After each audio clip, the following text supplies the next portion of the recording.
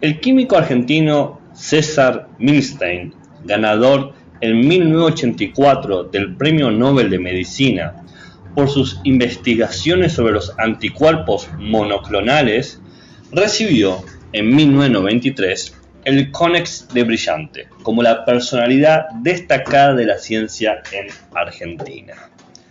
En la entrevista por su premio se le preguntó ¿qué pensaba que era la ciencia y cómo era la ciencia en Argentina?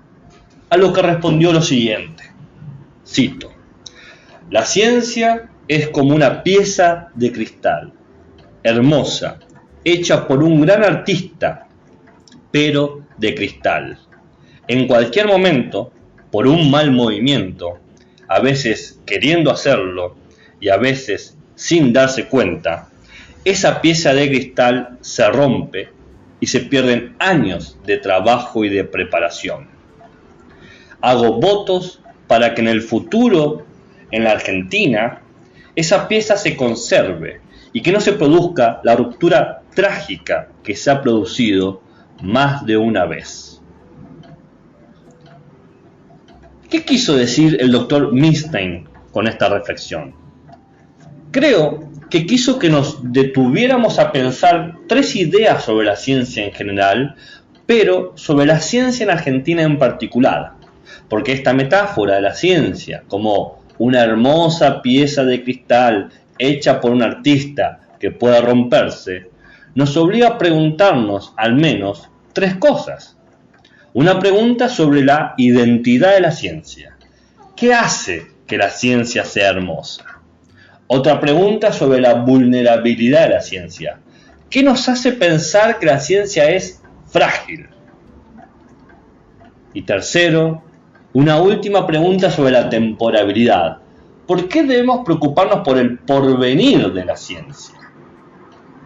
Al preguntarme todo esto, a partir de la metáfora del doctor Milstein, juzgo lo siguiente. En primer lugar, esta identidad de la ciencia de que es algo hermoso tiene que ver no con algo estético o del buen o mal gusto, sino que parte de algo evidente, algo cotidiano. Esto es, no se puede entender al mundo contemporáneo sin ciencia. La ciencia nos atraviesa, interpela y define. Nos da una mirada sobre el mundo y nos da elementos para vivir en el mundo. Pero no lo hace para que tengamos la verdad con B mayúscula o descubramos lo que está detrás del universo de una vez y para siempre, sino que lo hace para comprender por qué estamos donde estamos, por qué así y no de otra manera. Lo hace para captar e interpretar lo que somos y lo que podemos ser. La ciencia está hecha por humanos y tiene siempre sus límites, pero es consciente de eso. Por eso la ciencia se autorregula y autocorrige. Lo que creo que la hace hermosa es que es la mayor empresa humana que evidencia a la democracia en funcionamiento. Creo que podemos considerar al menos tres razones para sostener esta relación. Primero, la ciencia es cooperativa. Más allá de los egoísmos, la ciencia se piensa como una empresa, aquella capaz de comprender qué es este universo que nos tocó vivir y lo hace de manera conjunta. Segundo, la ciencia es representativa. Más allá de los problemas cotidianos, la ciencia trata de abordar nuestros problemas. Como verán en los distintos puestos y las demás charlas del festival, todas las investigaciones buscan atender a las necesidades que tenemos, buscan representar a la sociedad en donde se desarrolla. Tercero, la ciencia es competitiva. Más allá de nuestros intereses personales, la ciencia busca mejorar constantemente las maneras de resolver nuestros problemas. Propone imágenes del mundo, pone a prueba sus hipótesis y sus proyecciones. No se queda con afirmaciones de un solo éxito, sino que pretende testearlas, contrastarlas, verificarlas constantemente.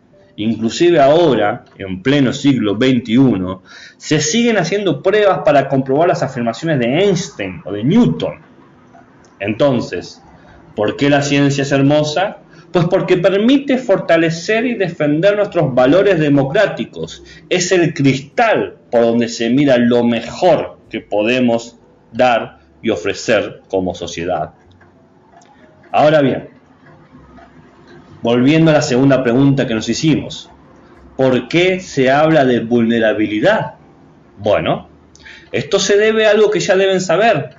Como la ciencia es una empresa humana y los humanos tienen sus errores e intereses, sería un error creer que la ciencia es neutral, o que la ciencia es pura, o que la ciencia es indiferente. Si yo hago un conocimiento para resolver un problema de mi comunidad, mi investigación tendrá un interés específico, mi sociedad, mi pueblo, mi gente. Eso no es neutral. Pero no quiere decir que no sea un conocimiento objetivo. Quiere decir que está conectado a un proyecto político, a cómo nos relacionamos entre nosotros como personas, a cómo nos relacionamos entre nosotros como conciudadanos. En otras palabras, la ciencia sí está conectada a la política. Como nos lo dice Sandra Harding, la ciencia es política por otros medios. Por lo tanto, según qué política usemos, será el tipo de ciencia que produzcamos. Aquí quiero recordar lo que nos decía el matemático y filósofo argentino Gregorio Klimovsky. Él nos explicaba que proyectos políticos violentos generan una ciencia del martillo. Esto es, una ciencia que se limita a ver todo como clavos. Una ciencia restringida y ciega a las necesidades de su sociedad. Porque no ve problemas de tornillos, no ve problemas de tuercas, no ve problemas de arandelas. Solamente va a encontrar problemas de martillos, en donde todo se ve como un clavo. Y esa es la vulnerabilidad de la ciencia. Porque en vez de usar su cristal para ver los múltiples colores, las múltiples perspectivas para resolver nuestras necesidades, se la hace añicos de un martillazo, quedando una sola y pequeña y limitada pieza. Se pierden años y años de esfuerzo y de trabajo. La vulnerabilidad de la ciencia es la misma vulnerabilidad de la democracia, ya que cuando hay políticas violentas, ambas se ven reducidas e incapacitadas. Y cuando hay políticas inclusivas, ambas se ven transformadas y ampliadas. Esta última relación no es original mía, fue una idea concebida por el padre de la metalurgia en Argentina y el propulsor de la tecnología nuclear en Argentina. Me estoy refiriendo al físico Jorge Alberto Sábato, pues él entendía que hay una íntima conexión entre ciencia, tecnología y sociedad.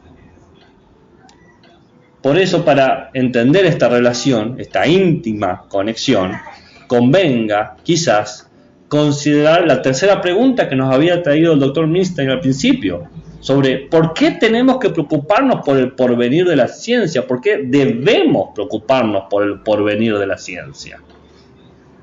Estos pensadores y científicos argentinos que he nombrado, Milstein, Klimovsky y Sábato, vivieron y se formaron en Argentina, aunque sus pensamientos influyeron en toda la ciencia y filosofía occidental.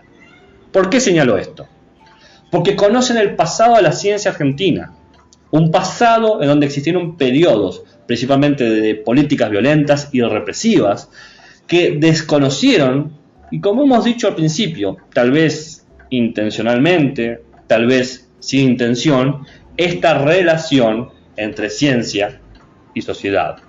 Periodos cuyas consecuencias fueron terribles para nosotros, no solo por la pérdida de lo ya producido, sino por la incapacidad que nos dejó para producir cosas nuevas. Porque la ciencia no es un motor, no es una máquina que se pueda apagar o prender de nuevo en donde se la dejó.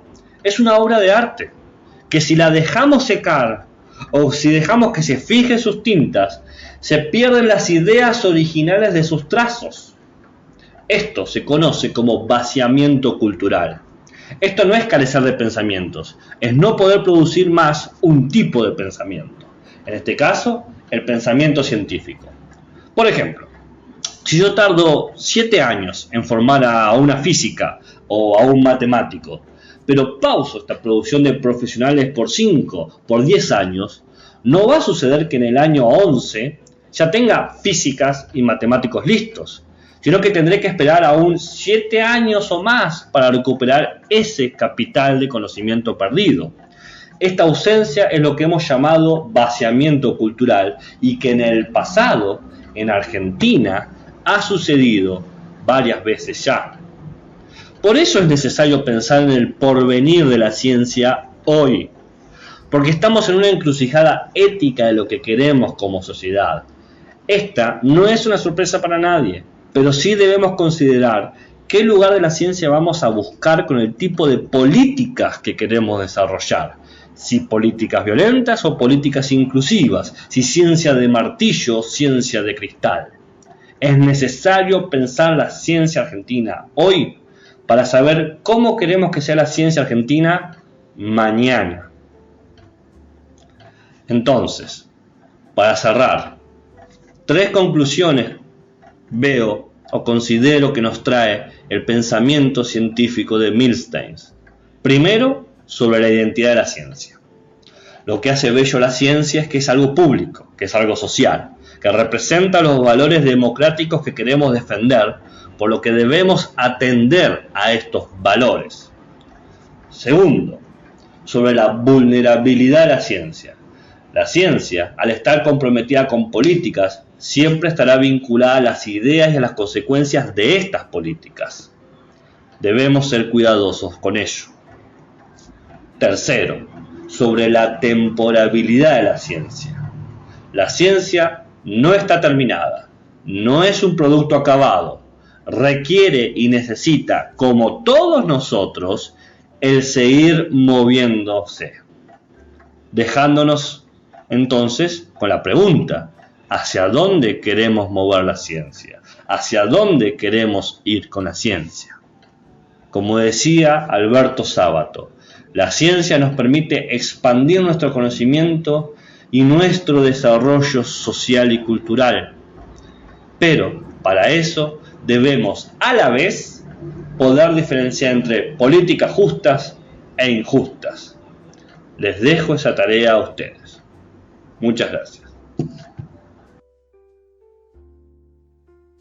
Gracias por escuchar hasta aquí. Como verán, nos hemos bajado un par de pintas. Nos oímos en la semana próxima. Pueden seguirme en mis redes en Twitter, Instagram, Facebook y Mastodon. También pueden oírme en Spotify, iVoox y YouTube. Siempre como el epistemólogo ebrio. Compártelo a tu mejor amigo o a tu peor enemigo.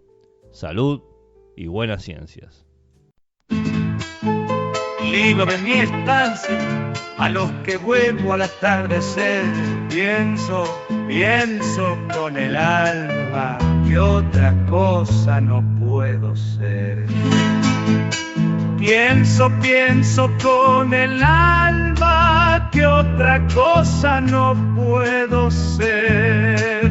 Pienso con el alma que otra cosa no puedo ser. Epistemología, a ti te canto, porque tu filosofía es mi corazón. Cariño de este duelo que encrucija mi razón. Cariño de este duelo. Filosofía que